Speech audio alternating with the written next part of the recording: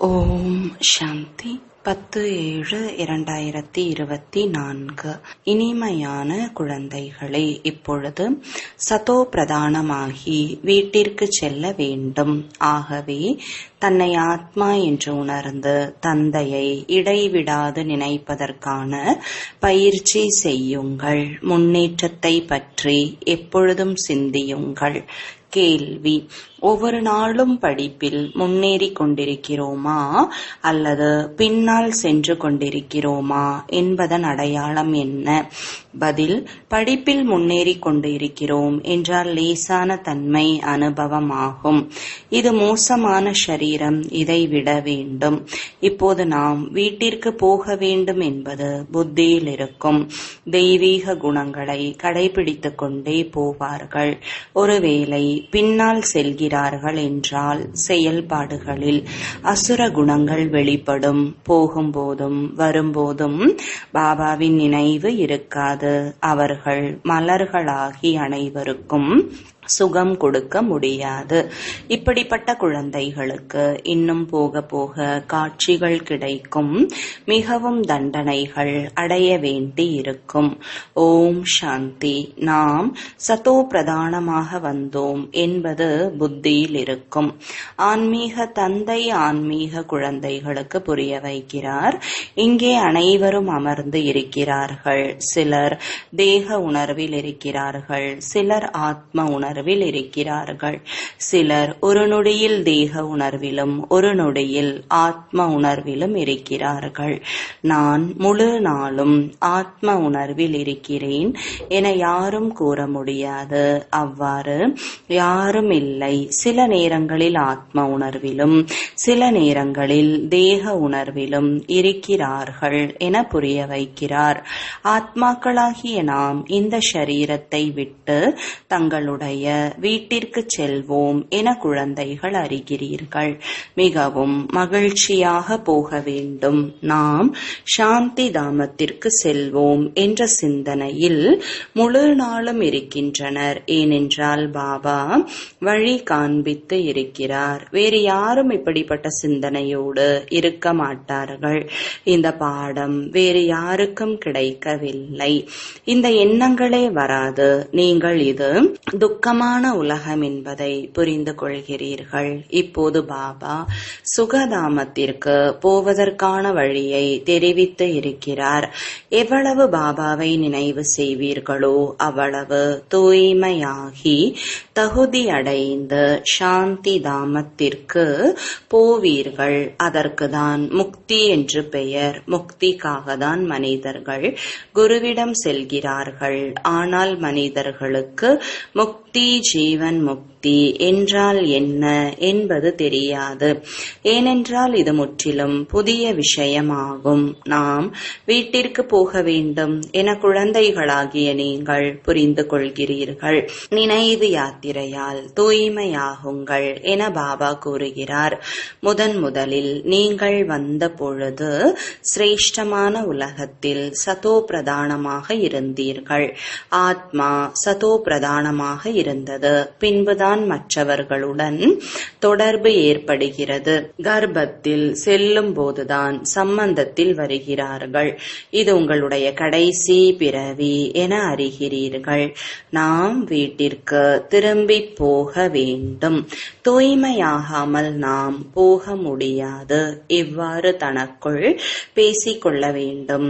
ஏனென்றால் அமரும் பொழுதும் எழும் பொழுதும் போகும் போதும் சுற்றும் பொழுதும் நான் சதோ பிரதானமாக வாழ்ந்தேன். இப்போது சதோ பிரதானமாகி வீட்டிற்கு செல்ல வேண்டும் என சிந்திக்க வேண்டும் என பாபா கட்டளையிடுகிறார். பாபாவின் நினைவால் தான் சதோ பிரதானமாக மாற முடியும். ஏனென்றால் பாபாதான் பதீத பாவனன். இவ்வாறு நீங்கள் தூய்மையாகலாம் என குழந்தைகளாகிய நமக்கு வழிமுறைகளை தெரிவிக்கிறார். முழு உலகத்தின் முதலிடை கடைசியை பாபாதான் அறிந்துள்ளார். வேறு யாருக்கும் அந்த அதிகாரம் இல்லை. தந்தைதான் மனித சிருஷ்டியின் விதை வடிவமாக இருக்கிறார். பக்தி பக்தி எதுவரை நடக்கிறது என்பதையும் பாபாதான் புரிய வைக்கிறார். இவ்வளவு காலம் ஞான மார்க்கம், இவ்வளவு காலம் பக்தி, இந்த ஞானம் முழுவதும் உள்ளுக்குள் ஒளித்துக் கொண்டே இருக்க வேண்டும். பாபாவின் ஆத்மாவில் ஞானம் இருப்பது போல உங்களுடைய ஆத்மாவிலும் ஞானம் இருக்கிறது. ஷரீரத்தின் மூலமாக கேட்கிறீர்கள், சொல்கிறீர்கள். ஷரீரம் இல்லாமல் ஆத்மா பேச முடியாது. இதில் தூண்டுதலோ ஆகாசவாணியின் விஷயமோ இல்லை. பகவான் பேசுவதற்கு நிச்சயமாக வாய் வேண்டும், ரதம் வேண்டும். கழுதை குதிரையின் ரதம் தேவையில்லை. கலியுகம் இன்னும் 40,000 வருடங்கள் இருக்கும் என முதலில் நீங்கள் நினைத்தீர்கள். அறியாமை என்ற தூக்கத்தில் இருந்தீர்கள். இப்போது தந்தை எழுப்பி இருக்கிறார். நீங்களும் அஞ்ஞானத்தில் இருந்தீர்கள். இப்போது ஞானம் கிடைத்திருக்கிறது. பக்திக்கு அஞ்ஞானம் என்று பெயர். இப்போது குழந்தைகளாகிய நீங்கள் நாம் எப்படி முன்னேறுவது, எப்படி உயர்ந்த பதவியை அடைவது என்று சிந்திக்க வேண்டும். நம்முடைய வீட்டிற்கு சென்று பிறகு புதிய உலகத்தில் உயர்ந்த பதவியை அடைய வேண்டும். அதற்குதான் நினைவு யாத்திரை. தன்னை ஆத்மா என்ற நிச்சயம் புரிந்து கொள்ள வேண்டும். நம் அனைத்து ஆத்மாக்களுக்கும் தந்தை பரமாத்மா. இது மிகவும் எளிதானது. ஆனால் மனிதர்கள் இவ்வளவு கூட புரிந்து கொள்ளவில்லை. இது ராவண ராஜ்யம். ஆகையால் உங்களுடைய புத்தி கீழானதாகி விட்டது என நீங்கள் புரிந்து கொள்ளலாம். விகாரத்தில் ஈடுபடாதவர்கள்தான் தூய்மையானவர்கள் என மனிதர்கள் புரிந்து கொள்கிறார்கள். சந்நியாசி போன்றவர்கள், அவர்கள் அல்ப காலத்திற்கு தூய்மையாகிறார்கள் என பாபா கூறுகிறார். இருப்பினும் உலகம் தூய்மை இல்லாமல் இருக்கிறது அல்லவா? சத்யுகம்தான் பரிசுத்தமான உலகம். தூய்மை இல்லாத உலகத்தில் சத்யுகத்தை போன்று தூய்மையானவர் யாரும் இருக்க இயலாது. அங்கே ராவண ராஜ்யம் இல்லை, விகாரத்தின் விஷயம் இல்லை. எனவே எங்கு போனாலும் வந்தாலும் சுற்றினாலும் இந்த சிந்தனை இருக்க வேண்டும். பாபாவிற்குள் இந்த ஞானம் இருக்கிறது அல்லவா? ஞானக்கடல் என்றால் ஞானம் ஒளித்து கொண்டே இருக்க வேண்டும். நீங்களும் ஞானக்கடலில் இருந்து தோன்றிய நதிகள். அவர் எப்போதும் கடலாக இருக்கிறார். நீங்கள் எப்போதும் கடலாக இருப்பது இல்லை. நாம் அனைவரும் சகோதரர்கள் என நீங்கள் அறிகிறீர்கள். குழந்தைகளாகிய நீங்கள் படிக்கிறீர்கள். உண்மையில் நதிகளின் விஷயம் இல்லை. நதி என்று கூறினால் கங்கை, யமுனை போன்றவைகளை கூறுகிறார்கள். இப்போது நீங்கள் எல்லையற்றதில் இருக்கிறீர்கள். நாம் அனைத்து ஆத்மாக்களும் ஒரு தந்தையின் குழந்தைகள், சகோதரர்கள். இப்போது நாம் வீட்டிற்கு திரும்பி போக வேண்டும். அங்கிருந்து வந்து ஷரீரம் என்ற சிம்மாசனத்தில் அமர வேண்டும். ஆத்மா மிகவும் சிறியது. காட்சிகள் கிடைப்பதால் புரிந்து கொள்ள முடியாது. ஆத்மா சென்று விட்டால் நெற்றியிலிருந்து சென்று விட்டது, கண்களிலிருந்து, வாயிலிருந்து சென்றது, வாய் திறந்து கொள்கிறது என கூறுகிறார்கள். ஆத்மா ஷரீரத்தை விட்டுவிட்டு சென்றுவிட்டால் ஷரீரம் ஜடமாகிறது. இது ஞானமாகும். மாணவர்களின் புத்தியில் முழு நாளும் படிப்பு இருக்கிறது. உங்களுடைய புத்தியிலும் படிப்பை பற்றிய எண்ணங்கள் வந்து கொண்டே இருக்க வேண்டும். நல்ல மாணவர்களின் கையில் எப்போதும் ஏதாவது ஒரு புத்தகம் இருக்கும். படித்து கொண்டே இருக்கிறார்கள். இது உங்களுடைய கடைசி பிறவியாகும் என பாபா கூறுகிறார். சக்கரம் முழுவதும் சுற்றிவிட்டு கடைசியில் வந்துள்ளீர்கள். புத்தியில் இந்த நினைவு இருக்க வேண்டும். கடைபிடித்து மற்றவர்களுக்கு புரிய வைக்க வேண்டும். சிலருக்கு தாரணை ஆவது இல்லை. பள்ளிக்கூடத்தில் மாணவர்கள் வரிசைப்படியாக இருக்கிறார்கள். பல பாடங்கள் இருக்கிறது. இங்கேயோ ஒரே ஒரு பாடம்தான். தேவதையாக வேண்டும். இந்த படிப்பை பற்றிய சிந்தனை இருந்து கொண்டே கொண்டே இருக்க வேண்டும். படிப்பை மறந்துவிட்டு மற்றவைகளை சிந்தித்துக் கொண்டு இருக்கக்கூடாது. தொழில் செய்பவர்கள் தன்னுடைய தொழிலை பற்றி சிந்தித்துக் கொண்டிருப்பார்கள். மாணவர்கள் தங்களுடைய படிப்பில் மூழ்கி இருப்பார்கள். குழந்தைகளாகிய நீங்களும் உங்கள் படிப்பில் ஈடுபட்டிருக்க வேண்டும். நேற்று உலகளாவிய யோக மாநாட்டிற்கான அழைப்பிதழ் ஒன்று வந்தது. இது உங்களுடைய ஹட்டயோகம் என்று அவர்களுக்கு எழுதலாம். இதனுடைய குறிக்கோள் என்ன? இதனால் என்ன நன்மை? நாங்கள் ராஜயோகத்தை கற்றுக்கொண்டிருக்கிறோம். ஞானக்கடல் படைக்கக்கூடியவர் பரமபிதா பரமாத்மா நமக்கு அவரை பற்றியும் படைப்பை பற்றிய ஞானத்தையும் கூறுகிறார். இப்போது நாம் வீட்டிற்கு போக வேண்டும். மன்மனாபவ என்பதே நம்முடைய மந்திரம்.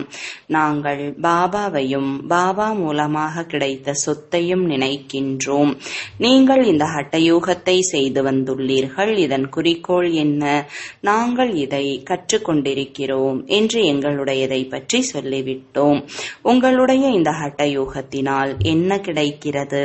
இவ்வாறு சுருக்கமாக பதிலளிக்க வேண்டும். இப்படிப்பட்ட அழைப்பிதழ்கள் பல உங்களிடம் வருகிறது. அகில இந்திய தர்மத்தின் மாநாடுகளுக்கான அழைப்பிதழும் உங்களுக்கு வந்தது. உங்களுடைய குறிக்கோள் என்ன என அவர்கள் கேட்டார்கள். நாங்கள் ராஜயோகம் கற்றுக்கொண்டிருக்கிறோம் என கூறுங்கள்.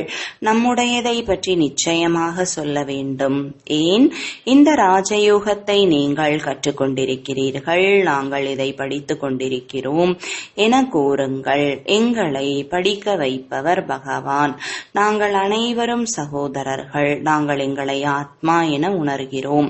தன்னை ஆத்மா என்று உணர்ந்து என்னை மட்டும் நினைத்தால் உங்களுடைய பாவங்கள் விலகும் என எல்லையற்ற தந்தை கூறுகிறார். இப்படிப்பட்ட வாசகங்களை நன்கு அச்சடித்து வைத்துக் கொள்ளுங்கள். எங்கே மாநாடுகள் நடக்கிறதோ அங்கே அனுப்பிவிடுங்கள். இவர்கள் மிகவும் நல்ல சரியான விஷயங்களை கற்கிறார்கள் என கூறுவார்கள். இந்த ராஜயோகத்தால் ராஜாவிற்கெல்லாம் ராஜாவாக உலகின் அதிபதி மாறுகிறார்கள். 5000 வருடங்களுக்கு பிறகு நாம் தேவதையாக மாறுகிறோம். பிறகு மனிதராகிறோம். இவ்வாறெல்லாம் சிந்தித்து முதல் தரமான கருத்துக்களை எழுத வேண்டும். உங்களிடம் குறிக்கோள் பற்றி கேட்கலாம். இது எங்களுடைய குறிக்கோள் என அச்சடித்து வைத்திருங்கள். இவ்வாறு எழுதுவதால் ஆர்வம் அதிகரிக்கும். இதில் ஹட்டயோகம் அல்லது சாஸ்திரங்கள் பற்றிய விஷயங்கள் கிடையாது. அவர்கள் சாஸ்திரங்களின் பொருளை கூறுவதற்கே எவ்வளவு அகங்காரம் இருக்கிறது. அவர்கள் தங்களை சாஸ்திரங்களின் அதிகாரம் நிறைந்தவர் என நினைக்கிறார்கள். உண்மையில் அவர்கள் பூஜாரிகள். பூஜைக்கு உரியவர்களை தான் அத்தாரிட்டி என்பார்கள். பூஜாரியை என்ன கூறுவார்கள்? நாம் என்ன கற்றுக்கொண்டிருக்கிறோம்? இதை தெளிவுபடுத்தி எழுத வேண்டும். பிகேக்களின் பெயர் பிரசித்தமாகிவிட்டது. 2 விதமான யோகா இருக்கிறது. ஒன்று ஹட்டயோகம், இன்னொன்று சகஜ யோகம். அதை எந்த மனிதர்களும் கற்றுத்தர இயலாது. ராஜயோகத்தை ஒரு பரமாத்மா தான் கற்பிக்கிறார்.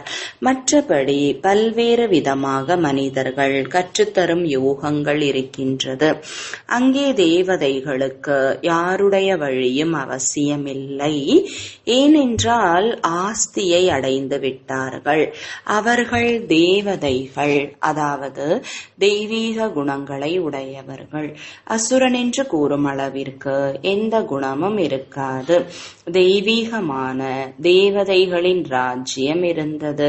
பிறகு எங்கே போனது? 84 பிறவிகளை எப்படி எடுத்தார்கள்? ஏணிப்படியில் புரிய வைக்க வேண்டும். ஏணிப்படி மிகவும் நன்றாக இருக்கிறது. உங்கள் மனதில் என்ன இருக்கிறதோ அது ஏணியில் இருக்கிறது. அனைத்திற்கும் ஆதாரம் படிப்பு. படிப்புதான் வருமானத்திற்கு மூலதனம். இதுவே எல்லாவற்றையும் விட உயர்ந்த படிப்பு. மிக உயர்ந்தது. மிக உயர்ந்த படிப்பு என்ன என்பது உலகத்தில் இருப்பவர்களில் யாருக்கும் தெரியவில்லை. இந்த படிப்பால் மனிதனில் இருந்து இரட்டை கிரீடமுடைய தேவதையாக ஆகிறீர்கள். இருந்தீர்கள். இப்போது நீங்கள் இரட்டை கிரீடம் உடையவராக மாறுவதற்கு முயற்சி செய்கிறீர்கள். படிப்பு ஒன்றுதான். சிலர் எப்படி மாறுகிறார்கள், இன்னும் சிலர் வேறு எப்படியோ மாறுகிறார்கள். ஒரே படிப்பால் ராஜ்யம் உருவாகி கொண்டிருக்கிறது. ராஜாவும் உருவாகிறார்கள், ஏழையும் உருவாகிறார்கள். அதிசயமாக இருக்கிறது. மற்றபடி அங்கே துக்கம் இருக்காது. பதவிகள் இருக்கிறது அல்லவா? இங்கே வறட்சி, நோய்கள், தானியங்களின் பற்றாக்குறை, வெள்ளம் போன்ற பல்வேறு விதமாக துக்கம் இருக்கிறது. லட்சாதிபதிகளாக இருந்தாலும் கோடீஸ்வரனாக இருந்தாலும் விகாரத்தில் பிறக்கிறார்கள். அடிபடுவது, கொசு கடித்தல், இது கூட துக்கம்தானே. பெயரே பயங்கரமான நரகம். இன்னார் சொர்க்கலோக பதவி அடைந்தனர் என கூறுகிறார்கள். சொர்க்கம் வரப்போகிறது. பிறகு எப்படி சொர்க்கத்திற்கு போனார்கள்? யாருக்கு வேண்டுமானாலும் புரிய வைப்பது எளிது. இப்போது பாபா கட்டுரை கொடுத்துள்ளார். எழுத வேண்டியது குழந்தைகளின் கடமை. தாரணை செய்யவில்லை என்றால் எழுத மாட்டார்கள். தன்னை ஆத்மா என்று உணருங்கள். இப்போது வீட்டிற்கு போக வேண்டும் என குழந்தைகளுக்கு முக்கியமான விஷயத்தை பாபா புரிய வைக்கிறார். நாம் சத்தோ பிரதானமாக இருந்த போது எந்த ஒரு எல்லையும் இல்லை. இப்போது தமோ பிரதானமாகி இருக்கிறார்கள். எவ்வளவு எளிமையானது. அநேக கருத்துக்களை பாபா சொல்லிக்கொண்டே இருக்கிறார். நன்கு புரிய வைக்க வேண்டும். புரிந்து கொள்ளவில்லை என்றால் இவர் நம்முடைய குலத்தை சார்ந்தவர் இல்லை என்று புரிந்து கொள்ளப்படுகிறது. படிப்பில் ஒவ்வொரு நாளும் முன்னேற வேண்டும், பின்னடைய கூடாது. தெய்வீக குணங்களுக்கு பதிலாக அசுர குணங்களை கடைபிடித்தால் பின்னால் செல்வது. விகாரங்களை விட்டு செல்லுங்கள் என பாபா கூறுகிறார். தெய்வீக குணங்களை தாரணை செய்யுங்கள். மிக லேசாக இருக்க வேண்டும். இந்த சரீரம் மிக மோசமாக இருக்கிறது. இதை விட வேண்டும். இப்போது நாம் வீட்டிற்கு போக வேண்டும். பாபாவை நினைக்கவில்லை என்றால் ரோஜா மலராக முடியாது. அதிகமான தண்டனைகள் அடைய வேண்டி இருக்கும். இன்னும் போக போக உங்களுக்கு காட்சிகள் கிடைக்கும். நீங்கள் என்ன சேவை செய்தீர்கள் என கேட்பார்கள். நீங்கள் நீதிமன்றத்திற்கு சென்றிருக்க மாட்டீர்கள். பாபா அனைத்தையும் பார்த்து இருக்கிறார். இவர்கள் திருடர்களை எப்படி பிடிக்கிறார்கள், எப்படி கேஸ் நடக்கிறது, அவ்வாறே அங்கும் உங்களுக்கு காட்சிகளை கொடுப்பார். தண்டனைகள் அடைந்த பிறகு நயா பைசா அளவுதான் பதவியை பெறுவார்கள். ஆசிரியருக்கு இவர்கள் தோல்வி அடைந்து விடுவார்கள் என இரக்கம் வருகிறது. இந்த தந்தையை நினைவு செய்யக்கூடிய பாடம் எல்லாவற்றையும் விட நல்லது. இதன் மூலம் பாவம் விலகுகிறது. பாபா நம்மை படிக்க வைக்கிறார். இதை நினைவு செய்து கொண்டே சுற்றி கொண்டிருக்க வேண்டும். மாணவர்கள் ஆசிரியரை நினைக்கிறார்கள். புத்தியில் படிப்பும் இருக்கிறது. ஆசிரியரிடம் நிச்சயம் தொடர்பு இருக்கும் அல்லவா? சகோதரர்களாகிய நாம் அனைவருக்கும் ஆசிரியர் ஒருவரே. அவரே பரம ஆசிரியர் என்பது புத்தியில் இருக்க வேண்டும். ஆஹா பிரபுவே, உங்களுடைய லீலை இன்னும் போக போக பலருக்கு தெரிய வரும். மகிமை செய்து இறப்பார்கள், ஆனால் எதையும் அடைய முடியாது. தேக உணர்வில் வருவதால் தான் தவறான வேலை செய்கிறார்கள். ஆத்ம அபிமானியாகிவிட்டால் நன்றாக வேலை செய்வார்கள். இது உங்களுடைய வானப்பிரஸ்த நிலை. திரும்ப போகத்தான் வேண்டும். கணக்கு வழக்கை முடித்துவிட்டு அனைவரும் செல்ல வேண்டும். விரும்பினாலும் விரும்பவில்லை என்றாலும் நிச்சயம் போக வேண்டும். ஒரு நாள் உலகமே காலியாகின்ற நாளும் வரும். பாரதம் மட்டும் இருக்கும். அரை கல்பம் பாரதம் மட்டும்தான் இருக்கும் என்றால் உலகம் எவ்வளவு காலியாக இருக்கும். இந்த எண்ணம் உங்களை தவிர வேறு யாருடைய புத்தியிலும் வராது. பிறகு உங்களுக்கு வேறு யாரும் எதிரியும் கிடையாது.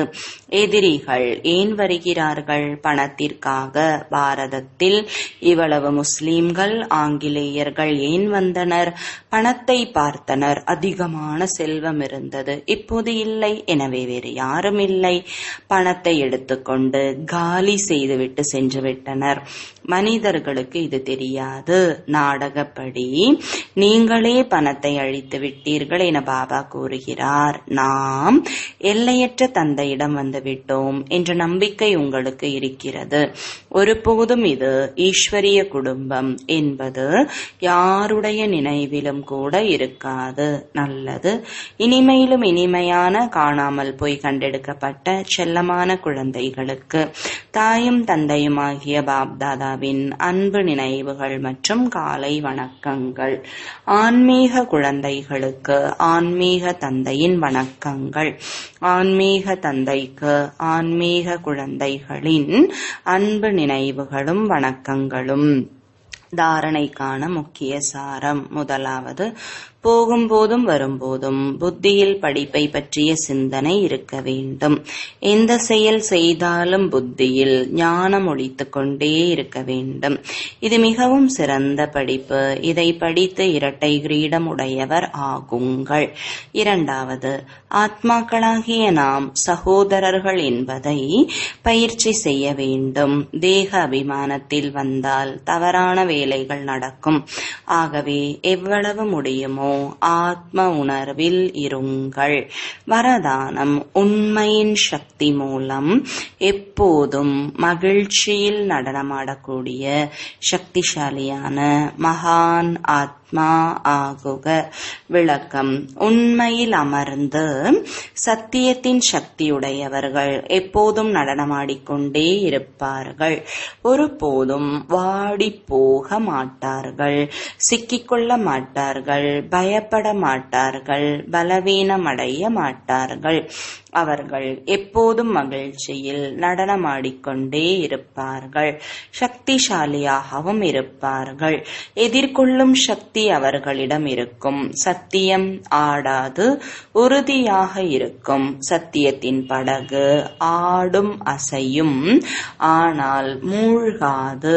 எனவே சத்தியத்தின் சக்தியை தாரணை செய்யக்கூடிய ஆத்மா மட்டும்தான் மகானாக இருப்பர். ஸ்லோகன். பரபரப்பான மனம் புத்தியை ஒரு நொடியில் நிறுத்துவதுதான் அனைத்திலும் மிக உயர்ந்த பயிற்சி ஆகும். ஓம் சாந்தி.